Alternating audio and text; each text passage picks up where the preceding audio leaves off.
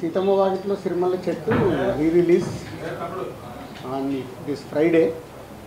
అంటే ఈ రీ-రిలీజ్ అనేది నాకు ఒక చేసినప్పుడల్లా ఒకటి గుర్తుకొస్తుంది. 98లో మేము తొలి ప్రేమ సినిమా డిస్ట్రిబ్యూట్ చేసినప్పుడు అప్పుడు అది మాకు 5 years రైట్స్ ఉండేది. సో ఎప్పుడు డబ్బులు తక్కువ ఉంటే అప్పుడు దాన్ని రీ-రిలీజ్ పెడితే ఆ సినిమా ద్వారా మనీ వచ్చేదన్నమాట.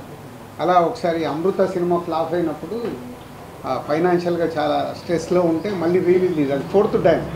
అప్పుడు కూడా ఆ రోజుల్లో అది 10 to 12 lakhs షేర్ కలెక్ట్ చేస్తుంది. అంటే అప్పటి రోజులన్నిటిసే మిరాకిల్ డేస్. అలాంటిది ఎప్పుడు కూడా ఆడియన్స్ వాళ్ళ రీ-రిలీజ్ పెడుతుంటే ఎంత ఇంట్రెస్ట్గా థియేటర్కి వస్తున్నారంటే, ఇప్పుడు హైదరాబాద్లో 10 థియేటర్లు వేస్తే ఆల్మోస్ట్ 10 థియేటర్లు ఫుల్ అయిపోయాయి. సో అంటే మేము నిర్మాతలుగా ఆలోచించుకోవాల్సింది, జనాలు థియేటర్ రావట్లేదు అనేది ఒక స్టేట్మెంట్ ఎప్పుడు జరుగుతూ ఉంటుంది. ఓటీటీలో ఉంది. ఈరోజు సీతమ్మ వాకిట్లో సిరిమల్ల చెట్టు ఓటీటీలో ఉంది, ఆల్రెడీ చూసేశారు. అయినా ప్రేక్షకులు రావడానికి ఇంట్రెస్ట్ చూపిస్తున్నారంటే ఒక మంచి కాంటెంట్ మళ్ళీ వెళ్దామని వస్తున్నారు. అలాగే మహేష్ బాబు గారు అభిమానులు కావచ్చు, వెంకటేష్ గారు అభిమానులు కావచ్చు, థియేటర్కి వెళ్ళి ఈ సినిమాని ఒక ఆ బ్రదర్స్ మధ్య ఉన్న మూమెంట్స్ని ఎంజాయ్ చేద్దామని ఇన్ని థియేటర్లు ఫుల్ చేశారంటే చాలా హ్యాపీగా ఉంది.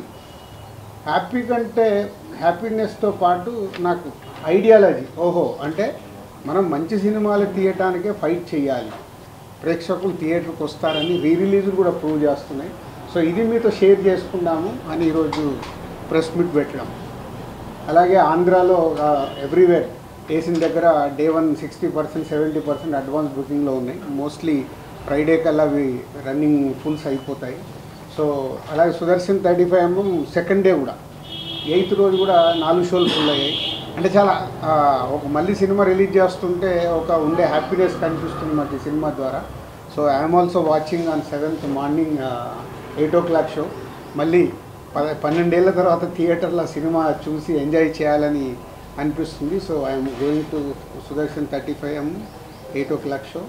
అండ్ మీడియా వాళ్ళు మీరు కూడా వెళ్ళి 12 ఏళ్ల తర్వాత మళ్ళీ ఇద్దరు బ్రదర్స్ వస్తున్నారు కాబట్టి ఎంజాయ్ చేయండి.